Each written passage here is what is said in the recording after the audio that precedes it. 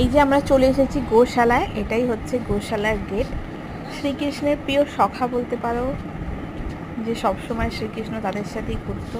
এই যে গোমাতা, আগে না অনেক গরু ছিল আর অনেক বড় বড় গরু ছিল, এখন না অনেক ছোট গরু হয়ে গেছে আর অনেক কম হয়ে গেছে। জানি না কোথাও রেখেছে কি গরমের জন্য, জানি না, তবে অনেক গরু কম। কারণ আগের বাড়িই দেখেছিলাম অনেক গরু ছিল, আর এই গরুগুলো সুন্দর সুন্দর নামও রেখেছিল, কিন্তু ওরা এখনও আছে নাম রাখা, সব কিন্তু নাম লেখাই আছে ওখানে। আর ওখানে তোমরা গোমাতার সেবা দিতে পারো, মানে ওখানে এক একটা করে গোবরের খড়ের তাল দেওয়া রয়েছে, ওখান থেকে তোমরা পারচেস করে নিয়ে ওদেরকে খাওয়াতে পারো। তো আমাদের ভয় পাচ্ছিল বলে আমরা খাওয়াইনি, তো পার্থ আরে খাইয়েছে। যাই হোক, দেখো এইটাই হচ্ছে এত বড় গোশালা।